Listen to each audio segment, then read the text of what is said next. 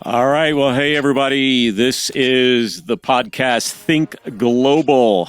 And on Think Global, the world is our home. And strangers, they become friends, and friends become family. My name is Tim Davis, and I am your host. And my co-host, again, this season, John Smith. How are you doing, John? Wow, I'm great. And I'm so glad to be back for another season. Thanks for inviting me back. Oh, did I have a choice on that? No, you didn't. All right. No, man. We're like Batman and Robin. We're like peanut butter and jelly. We're stuck together for life. Oh, dear. How's that? It's good, eh? Yeah. All right. So here we are. It's January 2022. I can't believe it. Yeah. We took off, let's see. What did we missed December. We skipped the month of December. Yep. And so since then, I mean, we've done a lot, John. I mean, we've celebrated Christmas. I don't know. Where did you celebrate Christmas? Took a road trip to Alabama. So drove from here in Colorado to Alabama. And how long does that take? About 24 hours in the car. That's a long haul. So a little pit stop in St. Louis. Yep. And then on south through Nashville and down to Alabama. All right. That's good. And my family all came in for Christmas, so that was kind of cool. Oh, nice. They did the road tripping, and we just stayed there and entertained, so that was kind of fun for us. A lot of grandkids, though, man. 9 grandchildren. Oh, you had a full house. The house was full. There was food all over the place. I mean, as in, like, pre-eaten, like, not food all over the place, like it was everywhere after they finished. But well, that's what I was thinking. With grandkids, they're just throwing food all over your house. Yeah, that kind of happened, too, but that's all right, man. When you love them, it doesn't matter. Anyway, had a lot of fun, and here we are. We celebrated New Year's, and we're now in 2022, which is hard to believe. Time goes by so quickly. It's fast. Well, let's tell everybody about our exciting news, man. It's so exciting. I'll let you go first. Yeah, well, as everybody knows out there, COVID continued to make its rounds, and John was the first of this too to go through it. You had it just before Christmas? Yeah, my last day of quarantine was Christmas Day. And so that's actually postponed our Christmas plans. We ended up leaving after that. We had planned to leave before that. But yeah, quarantine from the 15th through the 25th. All right. Not terrible of an experience, but what about you? Yeah, well, I'm just like day number 12, I think, after testing positive, and not as easy as I thought it would be. Omicron is supposed to be fairly easy. I don't know if I had a different strain of this thing, but it's a little bit more challenging than I thought. And, so still trying to get over it, trying to get some energy back, fighting through it. Yeah, it's no joke. My wife's the same. She's on day 12, just like you guys got it almost the same time, and she has been down for the count. So, for those struggling with it, it's not for the faint of heart. No. It's a tough deal. So anyway, glad you're feeling better. Yeah, you too, man. And we hope if you do have it out there that it's the milder version, not the cruddy version. Yeah. It was cruddy version. So here we are. All right. Is that our excuse for being just a little bit late this month? Yeah, it is. Actually, it is because I was out of the office last week, so there was no way to do this. Yeah, but our plan is still first Tuesday of every month is when we have new episodes, and so don't be discouraged by this month. We will be right back on track. Yes, that's the plan. That's the plan. All right. Anyway, let's tell them what we're going to do this year. We're going to do some mini series of looking at particular countries, and what spurs that on, John? Let's talk about that for a moment. Well, I don't know what spurs it on, but I'm really excited about this first. I think we're doing a 3-month mini series, kind of pilot it, see how it goes. Maybe we'll extend it if we have a lot of fun, but I'm really excited about it because what we're doing is we're looking at a lot of countries around the world, and we're going to look at some aspects of those countries that most people don't think about. Just stuff that's maybe in the background or not your forethought of what comes to mind when you think of that country, and try to look beneath the surface a little bit. I love this kind of stuff because it just opens your eyes to a new facet of a country and a new appreciation for that country and the people of that country. Yeah. I think the danger is we know countries exist, but we know nothing about them. Right. And actually, to know more about the country opens our eyes to the people of that country. Yeah. And people are tied to their country. I remember back, oh my goodness, it was in the 90s. We were about to take a trip, and our neighbors asked us where we were traveling. We said to Mongolia, and they said something like, "Oh, that's really great, man. It must be fun to travel to Mongolia." And then all of a sudden it was like, "Well, where is Mongolia?" Yeah. They had no clue. They knew nothing about Mongolia, and that's our loss. Yeah. To know a country and to know its people is to know more about the world where we live. And so, Yeah. anyway, today we're going to start with the country of Tunisia. That's awesome. Tunisia. So, first of all, we should ask people, do you even know where Tunisia is? That's what I was going to say. What percentage of people know where Tunisia is? Yeah. So, John, where is Tunisia? Well, it's the northernmost country of Africa. Yeah. It's right. So if you look, a lot of people might know where Morocco is, right? Yeah. Maybe Algeria. If you kind of look at those and go right just a little Yeah. bit, you find Tunisia. Yeah. It is actually bordered by Algeria and Libya.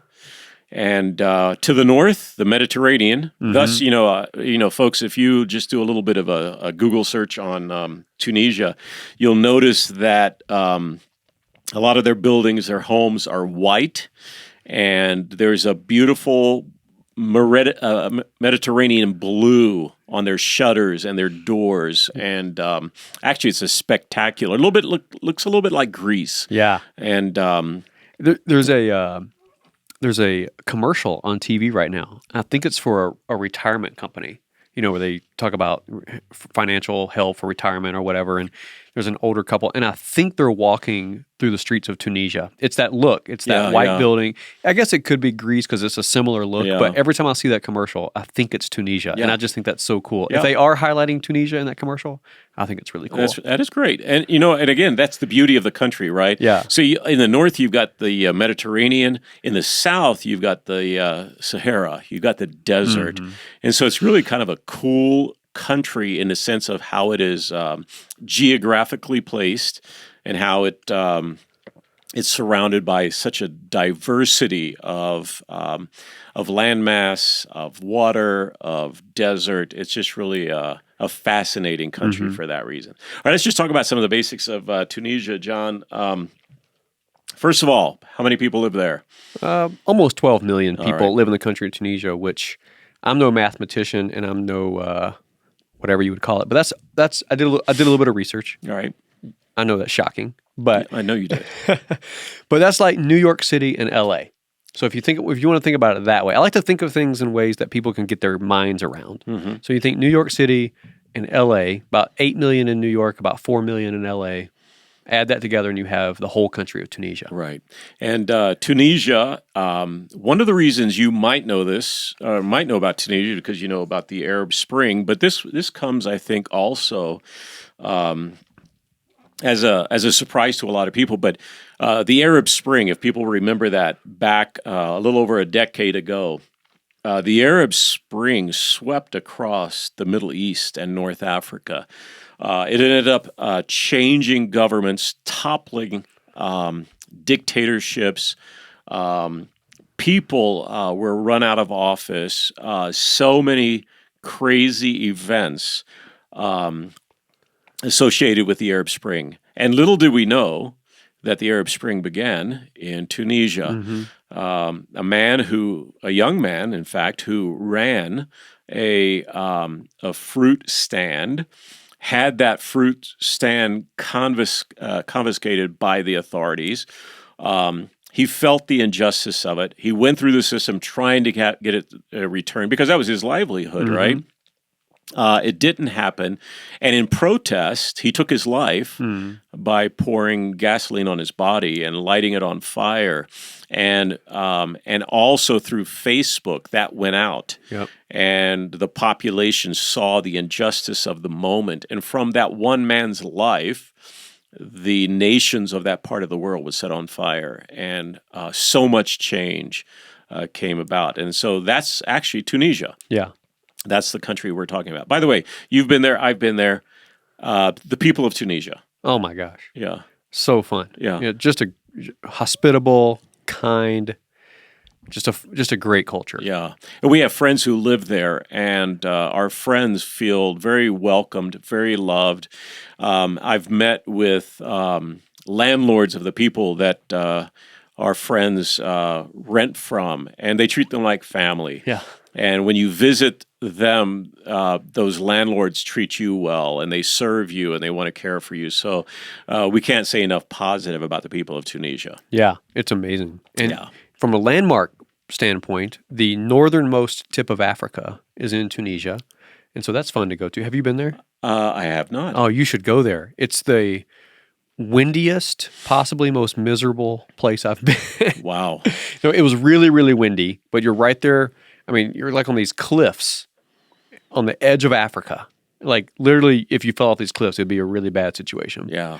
But you're on. You can tell you're on the edge of Africa. That's kinda looking cool. out into the sea. And the wind. The day that I was there, the wind was probably blowing 40 to 50 miles per hour, and I mean, Wow. unbelievable. Salt water spraying everywhere. That's kind of cool. It was I can very- almost picture that in my mind. It was very cool. And now that you say that, I mean, we're going to tell people everything about Tunisia here. There's so much to know, but Might as well. after you bring that up, I'm not sure if everybody knows this, but Star Wars Oh yes. was filmed in Tunisia, in the desert, and I was just there in November. Yeah. And in fact, can we do that on a podcast like this somehow? If they're watching this on YouTube, that we can have a little picture Sure. that we insert here. We'll figure that out. We'll figure it out, man. And we'll make sure our team gets that picture up. But it's really cool. Like, there you are standing on this set, and you remember it. Oh, that's cool. Yeah, it was really awesome because, your mind goes back to Star Wars and all that took place in that setting. So that was a lot of fun. But that's down in the desert, really south, really far south of what you just described. Yeah, So if I was at the northernmost tip. that was in the southern part. Southern, yeah. Yeah, That's the desert. Yeah, the desert, by the way, is massive, and it is significant. All right, let's talk about a couple of the produce that they have. Yeah. In that country. This is the part I'm excited about because you wouldn't know this about Tunisia necessarily. Maybe some Right. would, and they think, oh, everybody knows that. Well, I didn't know it. How about Right. that? And I think this stuff is fascinating. Yeah, dude, I did not know it either until my handy assistant looked it up for me. But so let me describe this for our listeners, and that is that back in November when I was there, we took a long 8-hour, 9-hour road trip from Tunis down to a little oasis by the name of Tozer in the desert, and along the way, literally, I'm just telling you, man, I've never seen this many olive trees in all of my life. Wow. Like and they were actually accurately lined up, and it felt like you could see mile after mile after mile of lines and rows of olive trees. Wow. Surrounded by the red dirt, almost like this mixture of sand and really rich dirt where these olive trees were growing. Huh. And I remember thinking there has to be millions of olive trees in this country. And again, my good assistant looked this up, and I'm going to look at it because this is actually kind of staggering. Yeah. But in Tunisia, they have over 82 million olive trees. That's Like, amazing. which is crazy when you think about it. Because it's not a big country. No, it's a small country. Right. So, I don't have stats on the landmass. You can look it up on the map for those at home. But you can see it's not a big country. So Right. you think 82 million olive trees. Oh yeah, and let me try to describe this for those of you who are out there. Like as we were driving along, John, there you would see again these millions of olive trees on both sides of the road, on both sides of the highway, and almost perfectly lined up. So you could just see row after row after row. And the immediate question is, how in the world do they harvest them suckers? Right. Like I like- 82 million trees. I like to know the answer to that. Well, I still want to know the answer because what we saw along the way was, nets around one tree, like one out of 82 million tree, like a net around the tree, and like a family pulls up in a truck. That's what it looked like, right? Yeah. And everybody's either bringing these olives together or someone is up in the trees via ladders, almost like one tree at a time, they're going to get picked. Wow. And it was the harvest season for those olives in November. And so Wow. you would see one tree being harvested, then, down the road a little bit further, another tree being harvested and another tree being harvested. But the crazy thing is, as it relates to the world, Tunisia is one of the largest producers, exporters of olives globally. Wow. Which is incredible. So we enjoy the produce of Tunisia, many of us. Yeah. We have no clue where it's coming from. Right. I read today, so it's the largest exporter of organic olive oil. So not just so they're one of the largest exporters of olive oil, but they are the largest for organic olive oil because they don't use a lot of or any pesticides or things like that in their olive trees. Right. I guess they don't need to or have to or whatever, but so that makes their olive oil organic. Yeah. So anyway, yeah, the whole production of olives in a place like that is incredible, and their income from that. Let me see if I have this right, but almost $850 million of income Wow. just from their olive production annually, which is a massive benefit to their economy. Yeah. So olives are a big deal. Yeah. You know what else I read today? I did research. Man, You loving this? I love this. So I also read, so they largely export to Italy and Spain. Right. And then what happens is That's right. Italy and Spain, they repackage it and then they sell it under different brands. So you could be buying Tunisian olive oil under a different brand and never know it. That's right. Tunisian olive oil packaged in Spain. Yeah. Actually, I've seen that reality. So it's very true. So anyway, olives. And by the way, like I've been to an olive oil press type of modern type of deal, and boy, they're very proud of their olive oil. And at the very end of the process, where the oil, which is hasn't been filtered yet, and all that it's just like raw oil. They'll shove a small cup underneath the oil as it's flowing out. Offer it to you to drink, and so you take a big gulp of this olive oil.